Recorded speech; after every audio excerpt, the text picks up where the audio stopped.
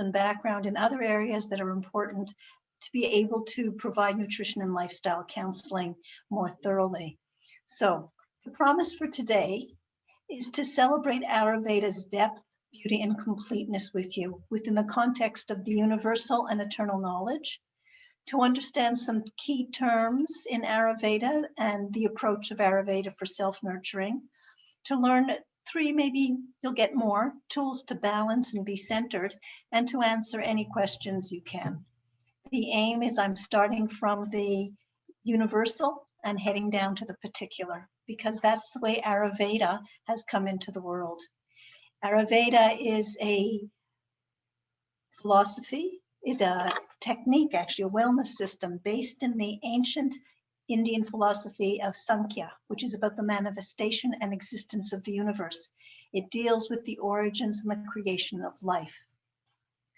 Ayurveda knowledge is eternal, and it was passed down orally about 5,000 years ago, but has a great history within the Vedic tradition and the lore of India regarding the knowledge of Ayurveda having come down as a complete system of health, preventative and curative, to preserve health and overcome the ailments and suffering of all beings. As is the case in many of the Vedic traditions, the Lord, there is a spiritual aspect to Ayurveda, and Lord Davantari, God of health, healing, and cure, blesses all activities of Ayurveda. So from the universal, we come to what is the Ayurvedic definition of health. Ayurveda was written down in rhyming couplets, usually, and the rhyme and the poetry was there to make it easier for the practitioner to actually remember it. So I will do my best to say it, and I apologize if anybody is good in Sanskrit, but it's Samadosha, Samanischa, Samadhatu Malakriya, Prashana Medriya Mana, Svata Iyab Hiditita. And what it means is the person whose doshas are in balance, whose appetite is good, whose bodily tissues are functioning normally, whose excretory functions are in balance, and whose self, mind, senses remain full of bliss, is a healthy person. It is a complete system of harmony. It is a complete system of mind, body, and spirit.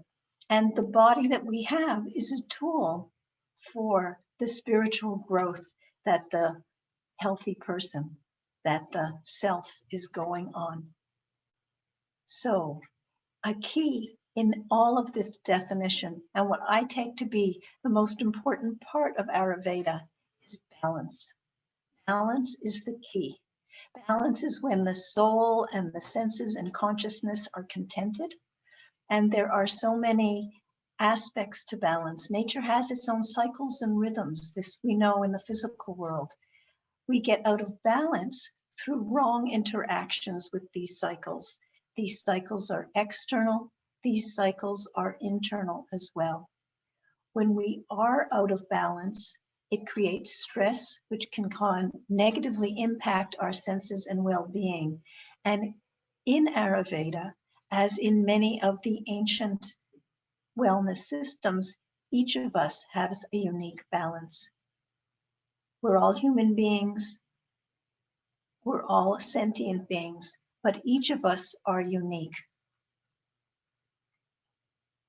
Balance is affected by so many things, and I'm only going to be able to touch briefly on it given the time, but the seasons affect our balance because the seasons affect the amount of light that there is, and the seasons affect our mood and affect different people differently. Each day the weather can affect us. If you're a person who has the element of water in a large proportion, a rainy day will make you feel heavier than a person who has more air in their system. And I'll get to that because the elements I'll be talking about soon. The time of day. Nature has its rhythm, and those rhythms affect us. What I love talking about is relationships, because We're always curious about them.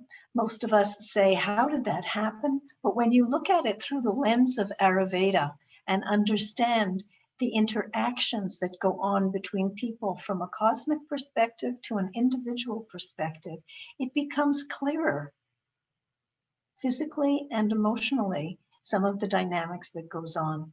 Obviously, lifestyle effects.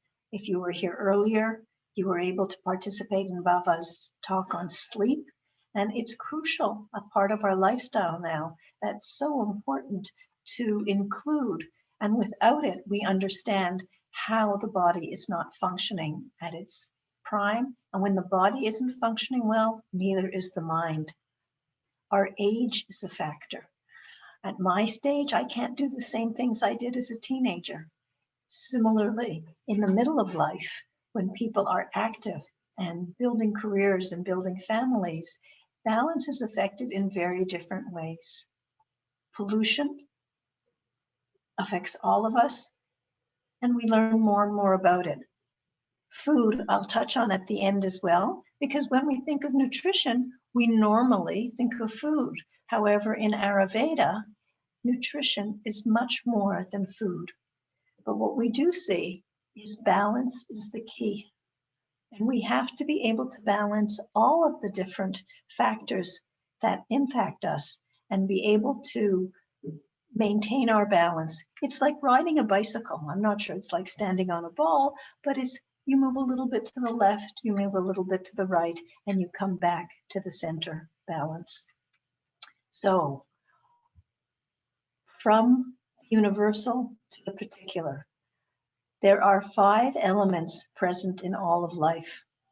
There are 5 elements that reveal the aspects of the physical universe. I say qualities more than elements because it's the qualities of these 5 elements which define, describe, and elaborate all of life. There's the earth element, which is heavy and dense. There's the water element, which is flow and all the liquids. There's fire element, fire transforms. There's the air element, which is light and moving a lot, and the space or the ether in which everything else lives in these 5 elements. And according to Ayurveda, this is what all of life is made up of. Nothing more, nothing less. All 5 are necessary for life to exist. All 5 work in both harmony and conflict with each other. Because if you look at them, water and fire are in conflict. Air and fire can be in conflict. Earth and water can be in conflict. The necessary ingredient for growth is the balance that's there. If anybody's a gardener, you understand. If you give too much water, the plant will suffer. If they don't get enough air, sunlight, the plant will suffer. So all of the 5 elements are present in all of nature and present in all of us. So I want to do a short meditation with you for you to get a sense internally, the experience of what is happening for you within the Ayurveda concept. So sitting comfortably and easily, become aware of your bones, become aware of your muscles. This is the earth element in the body. Heavy, solid, dense.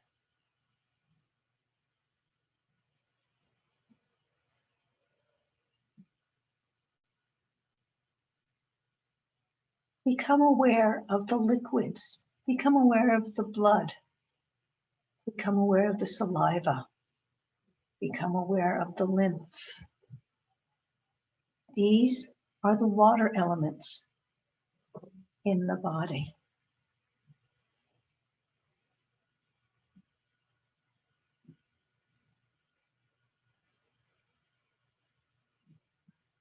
As we sit here, so much transformation is going on. If you've had something to eat, digestion is taking what you've eaten and transforming it into what the body can use. Temperature is being regulated regularly, too hot, too cold. The fire element, the metabolism of the body is the fire element.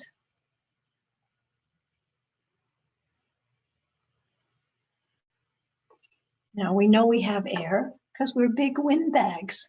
We breathe in, wind, air comes in, we breathe out, air goes out. We breathe in, we take in nutrients of oxygen and prana, and if we hold it, that travels through the systems of the body, allowing that nutritious oxygen, the air, to do its part. And space, well, I can bend my elbow, you can bend your elbow because there is space there.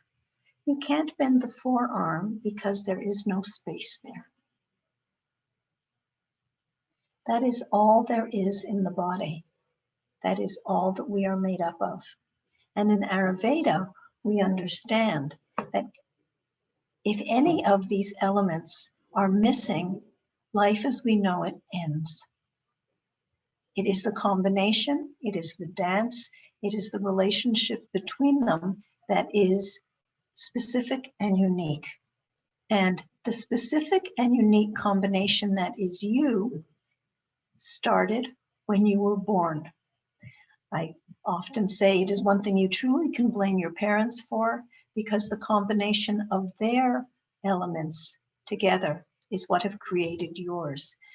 Now, sometimes it's hard to think of how those five come together.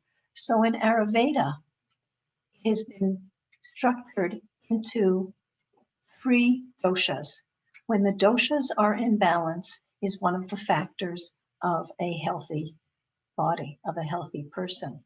So the 5 physical elements are combined in 3 different combinations that describe living entities. It's the vata, the pitta, and the kapha is what they're called. The vata is a combination of space and air, and in space and air you can understand there's lots of movement. Pitta is a combination of fire and water, just enough water so that it doesn't burn itself out. Fire creates transformation. Anything that is burnt or cooked transforms. Kapha is a combination of the water and the earth element. Those 2 together create structure.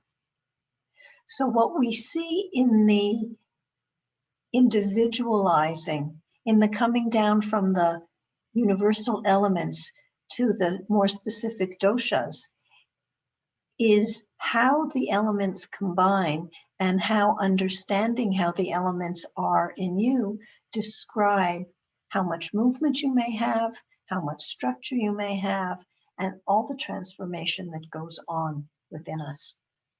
Dosha is a term which is fairly well known for people who know Ayurveda. It is interesting that it means that which is upset. It means that at a certain point, these are the elements that can get most upset or unbalanced in you. It's an interesting way to think about it. And there are ways which I'll approach, and maybe some of you know, how actually to find out what your dosha is. But it's the doshas that determine the qualities of the doshas that determine all that we see and all that we experience. For instance, carrots. I love the colors of the carrots. Anything that has color is going to have pitta, is going to have fire in it. So the carrots we see have a lot of fire, but there's parts of the carrot which are hard and parts of the carrot which is soft. There's part of the carrot which doesn't move at all, and there's part of the carrot that moves a lot. In the doshas, what we take are characteristics of the elements, and those characteristics will define and describe the shape, the size, color, temperature, weight of everything in the world. For example, I can show you there are 20 actual qualities which are looked at, and you can see that we have earth, air, fire, water, and earth combining in different ways, and that combination create the kapha, pitta, and vata. Kapha is earth element, much more solid, much more grounded. The pitta is the fire element, and it has a lot of power, a lot of management, a lot of charisma and warmth. And the vata is slim and slender, airy, and very creative. These are gifts that have been given to us from birth so that we can continue the journey of the soul, because the dosha that you have is a gift for you to use and develop tools so that you can be the best you that you can be. And how do we find out what the dosha is? Well, there are many, many quizzes online. I've put one here from tetley.ca. I was involved developing some teas with them and helped develop this dosha quiz. It's findyourbalance-dosha quiz.html. But the way we find our dosha is through observation, first of all. What does a person look like? Are they heavy set? They have curly hair?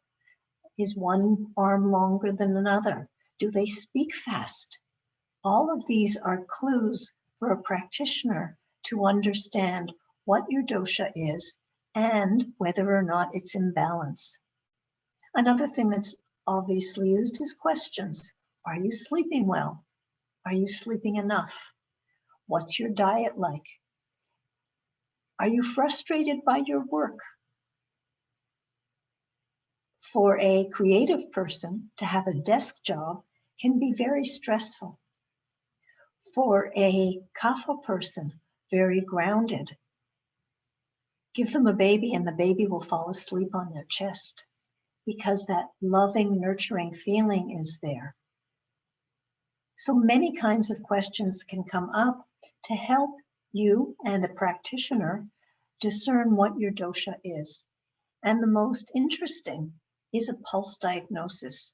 In the picture, you can see the hand has taken 3 fingers and rested on the pulse side of the client's arm. In those 3 fingers, the practitioner who is well schooled and sensitive can tell you what your current health combination is, what it will be in the future, and what it was in the past. So that in understanding your dosha, it's possible to understand interventions that will be the best ones for you as you develop through the stages of life. So doshas is a really important technique, concept, and if you have any questions, please put a question in the chat and afterwards I'll be able to answer it. The dosha doesn't change over life. The dosha you were given at birth is your balance, your unique balance. Over life, there will be other upsets or interruptions to the combination in your body, and some of those happen normally through aging, some of them happen through stress, some of them happen through the seasons, but they are considered an imbalance that wants to be corrected to go back to the balance you have been given as your birthright. So dosha is one important group of ideas in the definition of a healthy person. A very important concept in Ayurveda is the cosmic forces of sattva, rajas, and tamas. These are energies that exist in and behind all material forms in nature. Sattva is the balance and equilibrium of life. When we are balanced is when we're clear, we're creative, we're enthusiastic.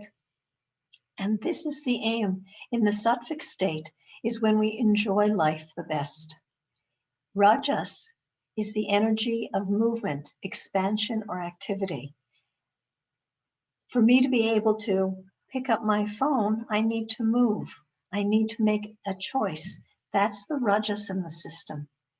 Tamas is the resistance or inertia that happens in action. Sleep is there. And that's a good thing. Without sleep, we would burn ourselves out. And as we've learned, sleep is really important. The more active we are, the more sleep we may need. But tamas also is depression. And that is not a positive aspect of the qualities that are behind all of nature. The movement that we want is from tamas to rajas, from rajas to sattva, to stay in the sattvic state as much as possible so that we have that calmness and clarity to make the decisions that are best for ourselves, for people around us, and for the continuation of our karma, of our consciousness. Through Ayurveda, we can control and regulate the mind. And based on choices in Ayurveda principles and with Ayurveda knowledge, we can make those the best choices. Ayurveda, one of the most important principles is like increases like. If you're very hot and you want to get colder, you have something colder. If you feel very heavy, you eat something lighter or you do something lighter. As I said, our aim is to maximize the sattva and reduce the rajas and the tamas when they are disruptive. They are not always disruptive. And again, like the 5 elements, these 3 gunas also exist all the time, and all 3 are needed in support of life. In the book Ayurveda Simplified, which I've recommended, and you'll get that information as well, Dr. Nisha Manikanta has said, moving from an ignorant and physically oriented life, from a tamasic life, to one of vitality and self-expression, which is a rajasic life, and finally to one of peace and enlightenment, is the ultimate way to a healthy life. The calmness and the peace, to have that perspective as we do whatever we are doing, is the aim of Ayurveda. To reduce stress that inhibits that is the aim of Ayurveda. One of the other aspects that I'd like to include is understanding the beauty of Ayurveda is that the 5 elements relate to our 5 senses. There's an exquisite description of how cascading down through the silence, the elements of universal come to the particular. And in that cascading, we see how the element of space relates to sound, vibration. Without any vibration, we wouldn't hear anything. And that's why space relates to the sense of sound, relates to the ear. Air relates to touch. If you take your hand and slowly bring it down on top of your other hand, there will be a point where before you actually physically touch the other hand, there will be a slight sensation. There will be a contact made. That's the air, which is around us all the time. The element of fire, without light, we would not see anything. So the sense of sight and the eyes are connected with fire. Water. We all have probably heard or even tried the cracker test, where you eat crackers and then try to whistle and then try to taste things. Without water, there's no taste. When the mouth is really dry, there's no taste. Water is crucial for experiencing this aspect of our lives. And earth relates to the smell, that wonderful feeling, that wonderful experience of the smell enlivening the body. So what I love about Ayurveda, and for me, since I practiced various other modalities, when I discovered Ayurveda, I realized that the many different interventions that there are for health and well-being are explained by Ayurveda how and when we use them. Because if the space element is out of balance, we can use music and music therapy to bring it back into balance, either with soothing music or with stimulating music. Similarly, I love a massage. In fact, my journey on this began with a massage. And that sense of touch, that sense of calming that one can do through touch or through breath work will calm or increase the air element. Fire, visuals, color therapy, water, all the food, and earth is aromatherapy. So we can use all these elements to keep us in balance. And now I'd like to turn to what we usually think of as nutrition, as the food choice, and some tips on healthy living that we have. So any questions that have come up before we go back? Let me do that. Anything that's relating? So far, we have no questions, Deborah. Okay, all right, good. So what I'd like to do actually before we start on the food choices, I'd like us to experience one of the interventions that I love that helps calm and prepare the body. And it's called the Bimet Brahmari. It's a gentle way of calming the nervous system and working to balance the body. And its effectiveness is in many situations. You know, when children are angry, they'll go, hmm. When somebody doesn't feel well, you lie down and you go, hmm. And the reason it's so powerful is because that sound will rebalance the body. So what's lovely about Brahmari is we can do it anyway, anywhere, and all we have to do really is hum. So the best thing to do is to take the opportunity to hum as high a pitch as you can. By humming higher, using the sound, we're activating more of the upper part of the body. And in that upper part would be the heart, the throat, the third eye. And by humming gently to ourselves out loud, quietly, loud, we're all on mute, so it's pretty easy to do it.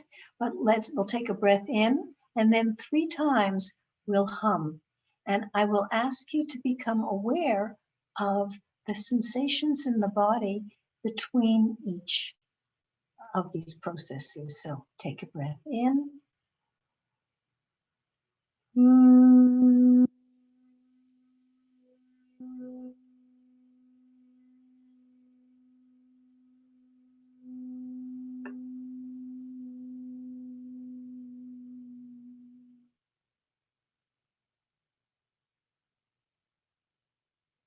Take another breath in.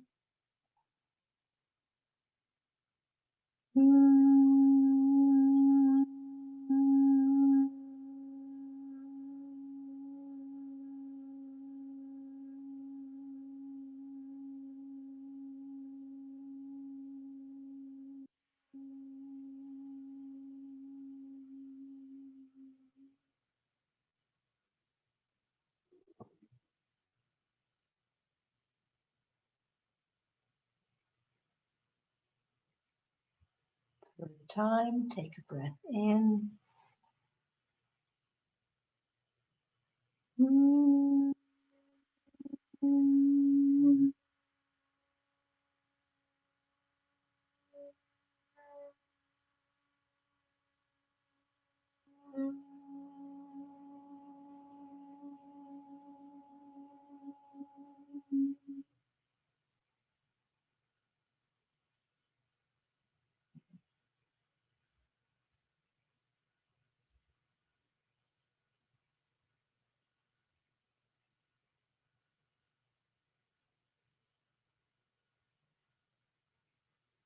When you feel ready, you can open the eyes.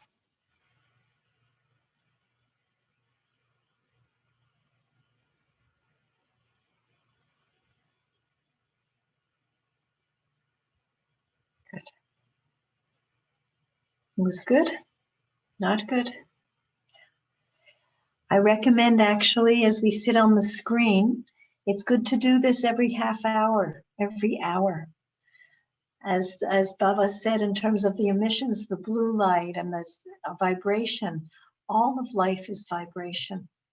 What we want to do is be in harmony as much as possible. If we bring our awareness to that harmony, we can help ourselves through whatever situation. Now, when I've worked in my field, my motto is serenity isn't freedom from the storm, it's peace within it.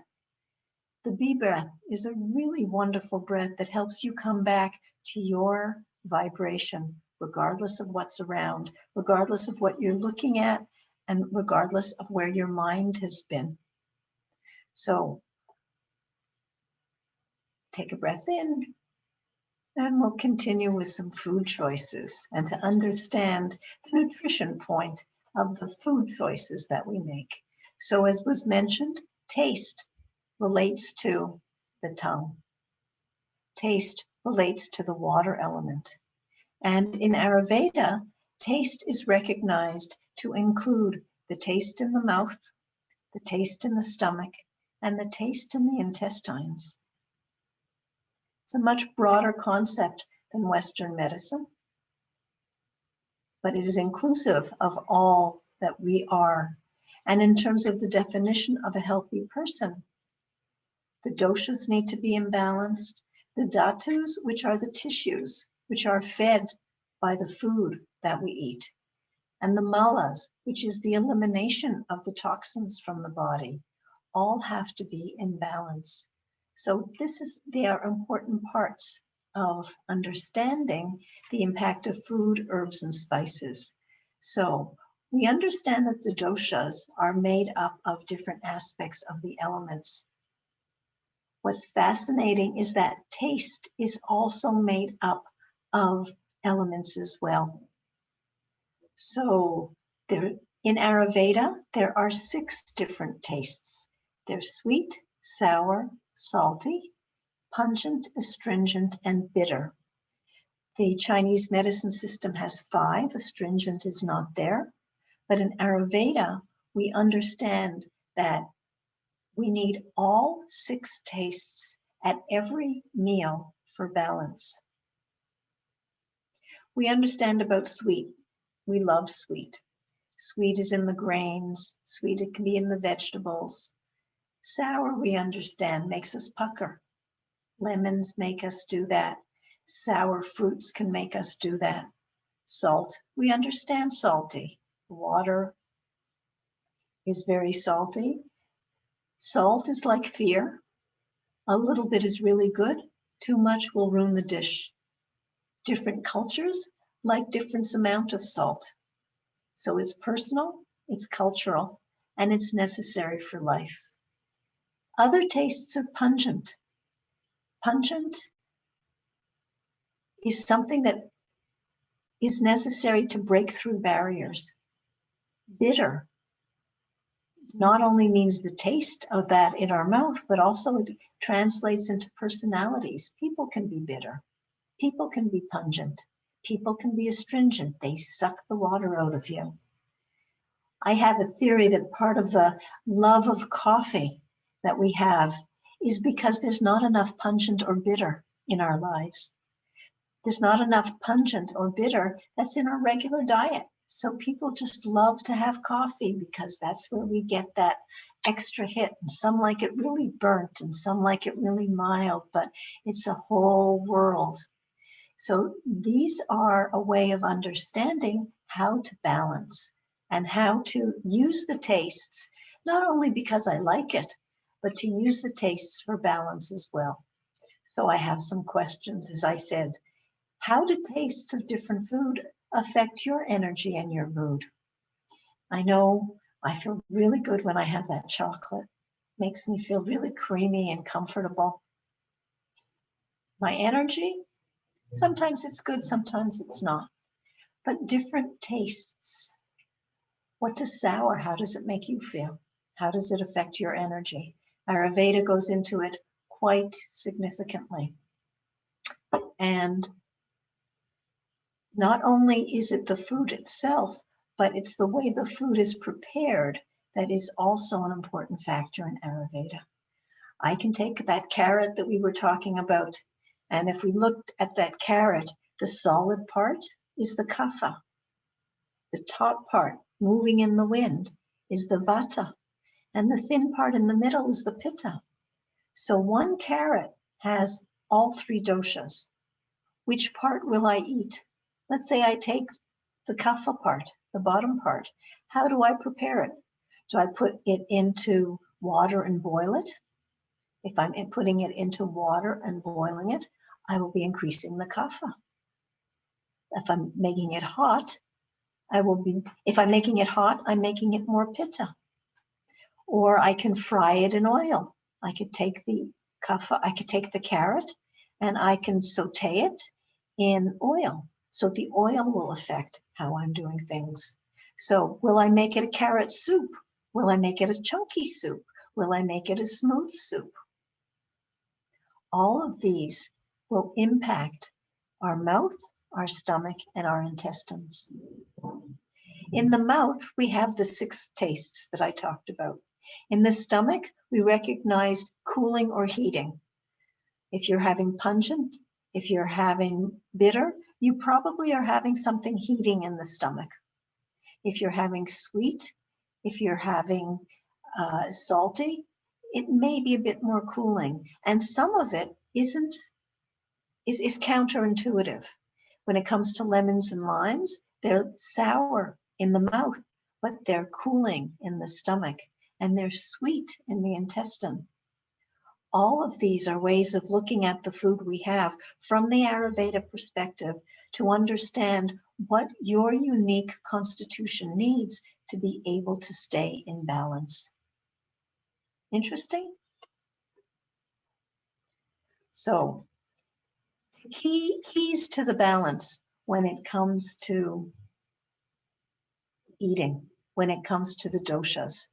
To keep vata in balance, I'm going to start in the middle because it's easier somehow to look at it this way. To keep vata in balance, we choose more salty, sweet, and sour foods. Why? Vata is air and space. It's very light. We want something that's going to bring it down and ground it a little bit more. Sweets can be very heavy. Salty can be very heavy. Sour can make things very heavy. So that's why they help. When vata is too stimulated, it helps to pacify the vata. The kapha, which is heavy and solid, needs the opposite. So vata and kapha are opposites. To make the couch potato, a kapha couch potato, come off the couch, you want to get them moving. So you want to give them a kick with something that's pungent and gets them going, or something bitter that they're going to go ooh for. Or kapha is a combination of water and earth, astringent. You want to pull the water out of them so that there's less mushy stuff there. So that's the vata and the kapha. Pitta is different.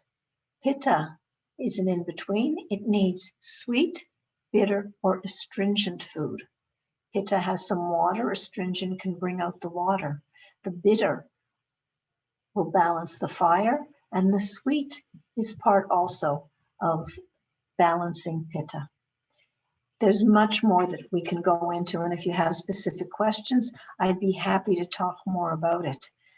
The thing about what we eat and how we eat, then we can see that it's not simply appetite in food. Appetite, hunger, is the intelligence of the body in harmony with the environment. And the most important aspect of the mouth, of the flavor in the mouth, is to discriminate. It's an intelligence. So we come again from the universal concepts, the universal broadness, and come down to recognize that it's really intelligence that is necessary to keep our bodies and to keep our minds as healthy and as productive and on the right track.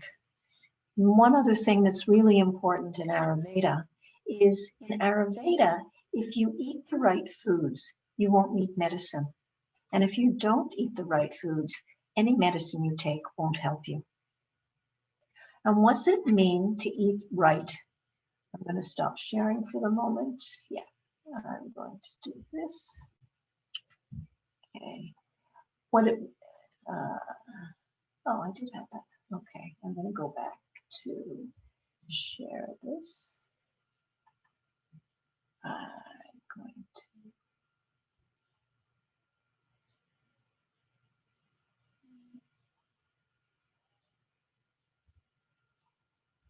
okay. So I'm just gonna, okay, so that's where I was. I just want to say, when you eat healthy, when you've been able to use the intelligence, there's signs that happen in the body. There's signs that you will know that you're eating healthy. First of all, you feel light in your abdomen. In fact, one sign of healthy eating, I invite everybody, take your hands and put them together so the pinkies are touching and the rest is open. Then open the hand and look at that. That is the amount of food to have at any one meal. And I don't mean a high, I mean round it nicely. The reason for that is the body is a hologram in many ways. As was said before, from the ear, one can treat the whole body. By clapping your hands, you're stimulating every organ in your body. And the size of your hands relates to the size of your stomach. So what that means is your stomach can only hold a certain amount of food for it to be able to do its job. If anyone here does laundry, you probably have gone through experiences where you've put too much clothes in the washing machine. And what happens? The soap sticks to it and you have to rewash. The same thing happens in the stomach because it works like a washing machine. It works like a pot with a fire underneath it that is tumbling the food. And in its tumbling, it's pulling out the nutrients that we need and sending that to the places in the body that need it. And the toxins, it's sending to the intestines so that that can be eliminated from the body. So if you're eating the right amounts, you still feel light in the stomach after eating because you haven't taxed the stomach too much. Your stomach's not going to tell you I've overeaten or I've done something wrong because you've eaten the right amount. And you feel good. You feel good when you've had the right amount. Now, maybe thinking as many do, but I need food more often. And that will depend again on your dosha, on your constitution, because Vata, moving a lot, uses up a lot of energy, needs to eat regularly or they will collapse. Pitta, and because of that, Vata can eat 6 meals. They can eat a meal and a snack, a meal and a snack, a meal and a snack, because they're moving constantly. Pitta also needs a lot of nutrition. In fact, it said never get in between a Pitta and their food because they'll eat you.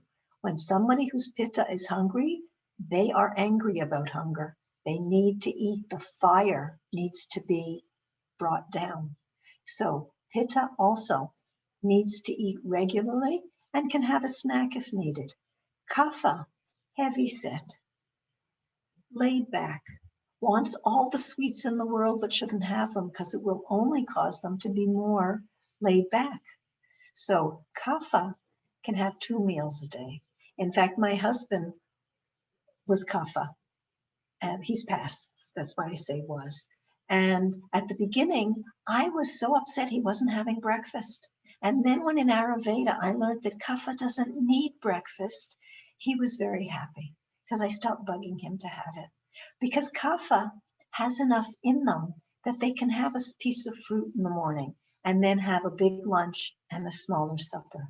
And in fact, that is the kind of eating regime that Ayurveda recommends.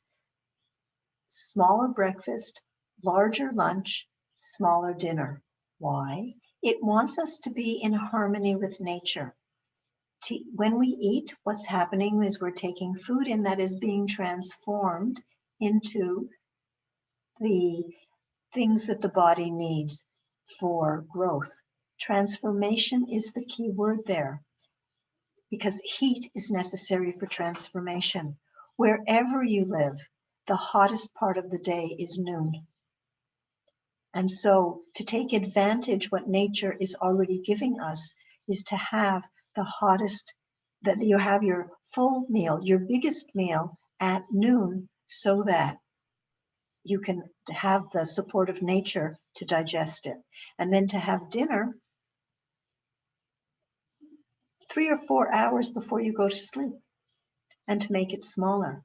So also in keeping with what we now know about sleep, to go to sleep about 9 or 10 means to be finishing dinner by 5 or 6, and then allowing the digestion to happen and the relaxation to happen so that we can fully take advantage of the sleep where other kinds of digestions go on.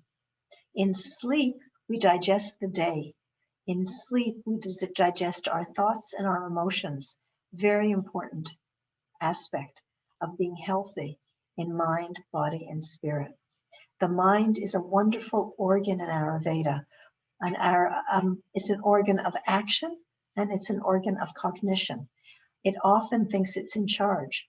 But in Ayurveda, we learn to train the mind to allow cosmic, the self, the spirit, to guide what we really need to be doing and accomplishing in life, so that we can be as stress-free as possible and as relaxed as possible. So there's also some tips for healthy eating. When we eat, we should be hungry, not thirsty, hungry. Allow the digestion to happen. It's rare that we allow digestion to happen because there's so many treats around and so many opportunities, but it's best if we can eat only when we are truly hungry. And often when we're hungry, we're really thirsty. So I do recommend to my clients, have a drink of water and see if you're still needing some food. Also, for healthy eating, let's sit down. They used to say, if you're standing, the calories don't count. Well, if you're standing, the relaxation and the pleasure of eating doesn't count. And pleasure and pleasant is what the environment needs to be for when we are eating, for us to be able to absorb, and for the body to feel its enjoyment of the food. We need to be in an environment that is stress-free. If you're eating food with others, the conversation should be pleasant, or no conversation at all. Many people sometimes prefer to eat alone because when we eat alone, we can truly pay attention to our food. Studies have shown that when people actually pay attention to their food, the absorption of their food, the absorption of the nutrients from their food increases. Because we say in Ayurveda, it's not what you eat, it's what you absorb is what you are. So what you eat today and what you absorb today is who you are tomorrow. So when you go ordering food online, as we do now, or if you do still go into the stores and shop, think, do I want to be canned? Do I feel like I want to be frozen? Do I feel like I want something dry? Probably what you'll really say is that you want food like it exists and looks in the picture here. You want things which are fresh and colorful.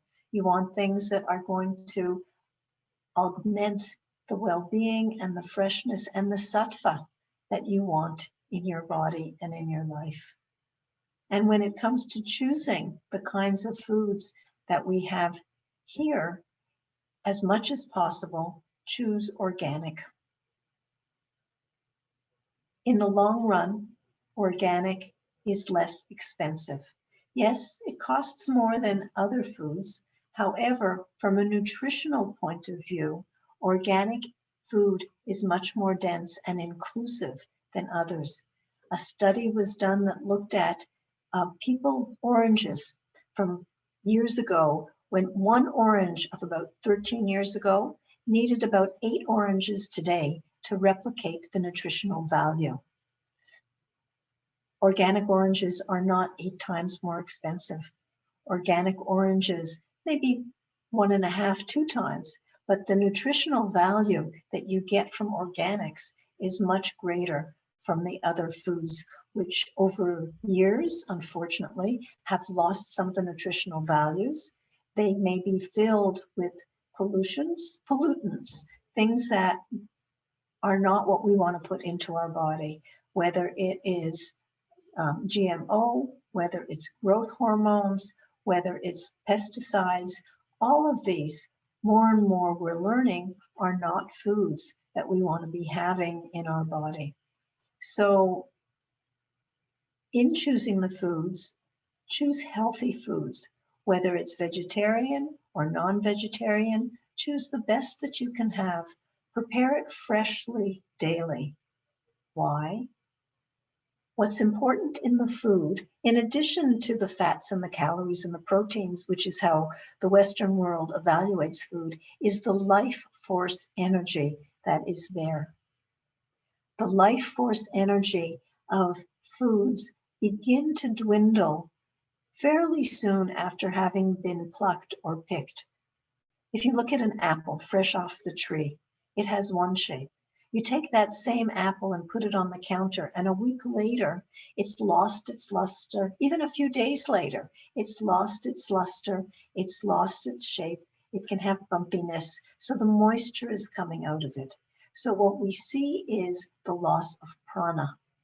And when it comes to Ayurveda, that life force energy, that prana, is what we want to have in our food.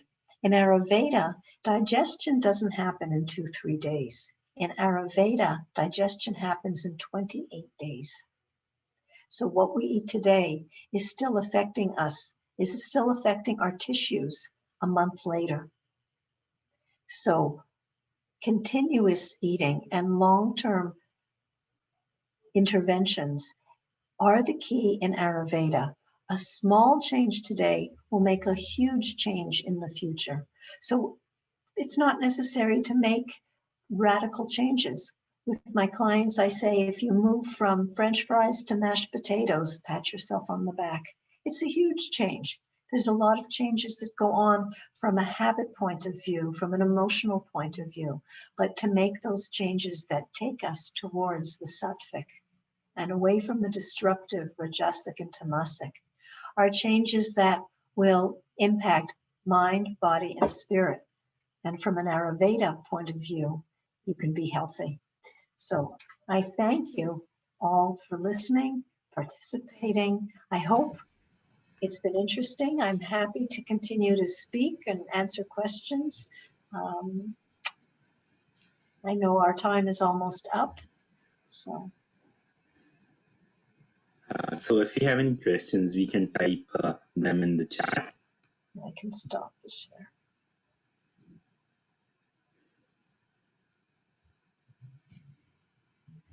Looks like the session was so informative that no one has any questions, Deborah.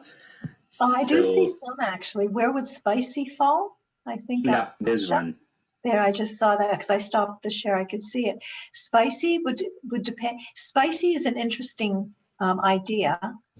Spicy is pungent or bitter from that perspective. And spicy, when it comes to preparing food, sattvic food is well spiced, but not overwhelmingly spiced, that you actually need to be able to taste it. The concept of sattvic food is moist and pleasant and juicy and fresh. Rajasic food can be spicy in the sense of overwhelmingly so. And tamasic food can be spicy in the sense of inert, overwhelmingly burnt, or overwhelmingly causing problems in the mouth. That having been said, so it's partially cultural, because I know that many of my friends love very spicy food. And so you will grow up and get used to it, and the flora and fauna in your biodome your stomach and your body will get used to it. It's also, science is showing that the spiciness is important also for the gut health. And so if you can't take the spiciness in your mouth, it's possible to do it with herbs, which would help the digestion as it needs to be. So I hope, Asha, that helped with the spicy question. It's a really interesting one. And spices are different. The other thing I would say is when one thinks of Ayurveda, one often thinks of Indian cuisine. The principles of Ayurveda can be applied to any cuisine, whether it's Italian or Mexican, Canadian, all of it can be applied so that you use whatever you like for your best health. Perfect. Thank you so much, Deborah. It was so informative. I've been making notes and I have like 3 pages full. But thank you so much. My pleasure. My pleasure.